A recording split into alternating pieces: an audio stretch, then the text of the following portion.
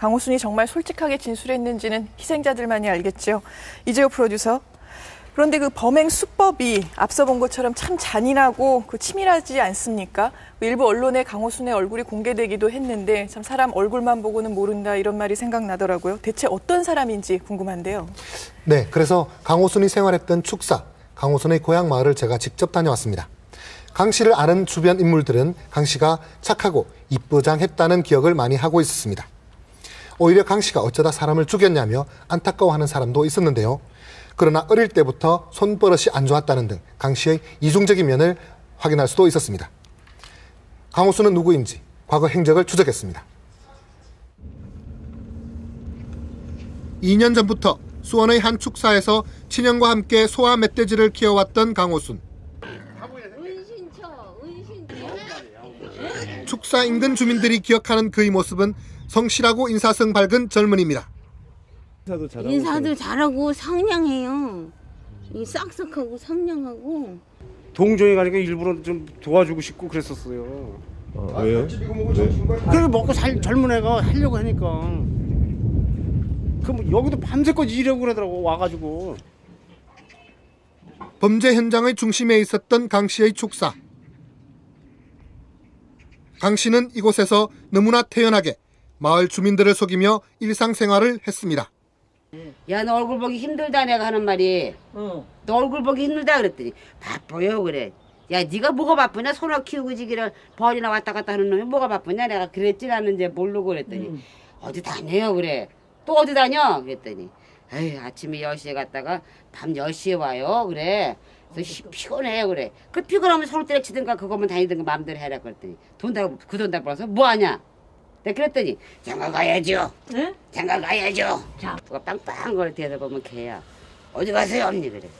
병원에 좀 가는 거야. 병원에 또 왜요 그래. 아유 허리가 이렇게 아프네 그랬더니 다세요. 어디 병원 가세요. 저 웃고 병원 다세요 그래. 그럼 삼척까지 좀 태워다 줘. 버스 타고 갈게 그랬더니 에이 그냥 한 바퀴 빙 돌면 되지 뭐 버스 타고 가세요. 그래갖고는 축사 일을 하면서 틈틈이 옥수수를 팔 정도로 강 씨는 부지런한 사람이었습니다. 생긴 게 솔직히 이렇게 뭐랄까 이렇게 작업복을 입혀놔도 조금 빛이 난다 그럴까 귀티가 난다 그럴까 뭐 그랬었으니까 실제로 생긴 거 봐서는 아니야. 우리 PD님이 훨씬 저 잡혀가면 빨리 잡혀가. 걔랑 세워놓으면. 특이한 점이 있다면 여성 편력이 심하고 이를 주변에 자랑하고 다녔다는 겁니다. 그래서 이쪽에 같이 일하신 그 여자분들이 좀 이렇게 조금 바뀌더라고 자주. 예, 한 번씩 가끔 볼 때 오늘은 좀 다른 분이네. 또 다음 또 다른 분이네. 이렇게 조금 한 서너 번 봤어요. 아가씨도 한 번 따라와서 오빠 한 거 내가 좀 보고. 그건 위장. 그 사람은 하는 얘기가 전부 여자 얘기밖에 없어요. 시골의 땅 부자라든가 혼자 된 과부 그런 사람 좀 소개해 주십시오. 아저씨. 강 씨의 어릴 적 모습은 어땠을까? 강 씨는 중학교 때까지 어린 시절을 이곳에서 보냈습니다. 예쁘다 잘생겼다 소리를 듣긴 어렸을 때도 마찬가지였습니다. 어렸을 때 나 시집 왔을 때 2살인가 먹었는데 이뻤어요. 이뻤는데 커갈 때도 이쁘고 그때 제 아버지 돌아가셔서 왔는데 우리가 이제 초상집에 갔다 오는데 태워다 주고 그랬는데요. 나는 지금도 이쁘다 그 소리 들었어요. 너무 이뻐. 잘생겼어요. 어땠어요 비교하기는? 지난 2006년 강 씨의 아버지가 돌아가신 후 강 씨의 고향집엔 어머니 혼자만 생활하고 있었습니다. 계세요. 계시는 뭘 계세요? 이게 있을 수 있는 일이냐고들 만난 얘기들 했었는데 그 아들 다 나가지고 이혼했다고 해가지고서 조그마한 애들 여기서 갖다 키웠어. 지난 92년 첫 번째 부인과 결혼한 뒤 두 아들을 얻은 강 씨.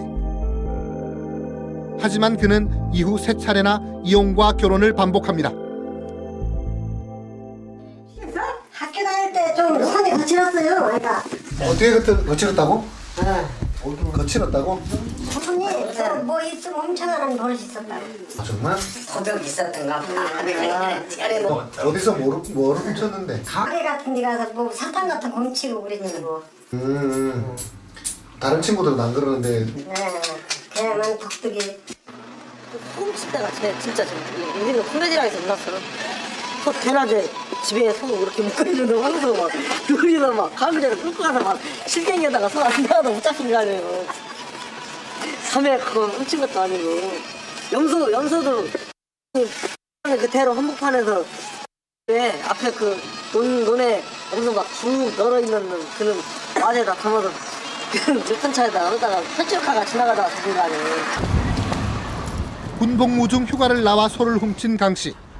15일에 강 씨는 중사에서 이등병으로 강등된 채 불명예 제대를 하게 됩니다. 치밀한 준비가 있었다. 준비물이라든가 차, 수영 화물차까지 준비하고 이런 정도의 다정한 이웃의 모습 뒤에 흉폭함과 잔인함을 숨기고 있었던 두 얼굴의 강호순. 그가 살인을 저지른 이유는 도대체 무엇일까? 자기도 미쳤다 그러더라고요. 자기도. 그 당시에는 자기도 미쳤다. 왜 그런지 모르는데 내가 사이코패스 같다고. 그래서 사이코패스가 뭐냐니까 순간적으로 사람 감정을 억제를 못하니까 그러니까 자기도 그런 스타일이 아니냐. 그러면은 뭐 이유가 있지 않느냐. 그러면 이유는 없습니다. 그렇게 얘기를 합니다. 경찰에 체포된 후 강 씨는 두 차례 사이코패스 판정 검사를 받았습니다. 검사 결과 강 씨는 사이코패스로 판명되었습니다. 어쩔 수 없이 이렇게 줄 수 없는 부분들이 많더라고요. 그래서 한 28점으로 이렇게 나오더라고요. 정서적인 부분이나 생활 패턴, 어떤 반사회적인 성향, 그 부분 대체적으로 이제 전과가 보는 걸 판단했죠. 이런 부분들에 이제 외서반 정신병질자다, 사이코패스다라는 판단 내려고 하시더라고요. 사이코패스는 반사회적 인격 장애자로 죄의식 없이 살인 등의 흉악 범죄를 저지릅니다. 스스로 충동을 자제하지 못하기 때문입니다. 자기가 자기 감정을 억제를 못하는 것 같더라고요. 어떤 감정? 죽이고 싶다는 감정을 일반인 같은 경우에는 그걸 억제를 하는데 걔는 그걸 좀 억제를 못하는 것 같아요. 범행이 드러나고도 태연한 모습을 보이는가 하면 오히려 자신의 범죄를 합리화하기도 합니다. 범행 동기를 크게 말씀하시죠. 왜 죽였습니까? 죄송합니다. 그 직접적인 증거를 제시하고 또는 이 자기가 저지른 범행에 대해서 정확한 데이터를 제시가 되었을 때 심경의 변화를 일으키는 것이지 이거는 그 죄책감을 느끼는 건 아닙니다. 범행 수법이 잔인하면서도 치밀한 건 역시 사이코패스 범죄의 특징입니다. 손톱 10개가 지난번 A양과 마찬가지로 가위 종류로 보이는 걸로 손톱을 다 자른 게 특이한 점입니다. 강 씨는 범행에 사용한 차를 어머니 이름으로 등록했습니다. 이 때문에 강 씨는 수사 우선순위에서 밀렸고 한 달 동안이나 경찰의 수사망을 피할 수 있었습니다. 수사망이 좁혀져 오자 강 씨는 범행에 사용한 차도 불태웠습니다. 차는 왜 불태우셨어요? 저는 은퇴하려고 그랬습니다.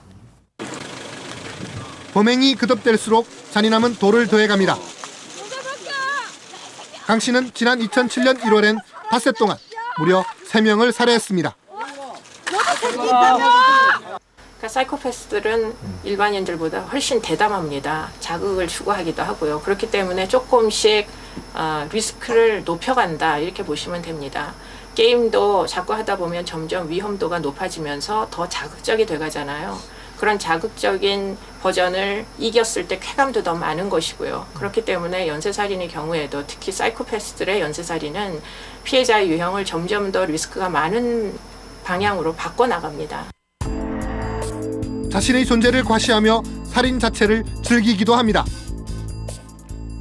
CCTV가 있다는 걸 틀림없이 알고 있었어요. 왜냐하면 변장을 한 걸 보면 알고 있었구나. 그리고는 손가락에 피임도구를 끼고 그 다음에 이제 현금을 인출합니다. 그런 것들을 봤을 때 자기는 절대 이렇게 해도 잡히지 않을 것이다 하는 극도의 과신감, 경찰을 비웃고 조롱하고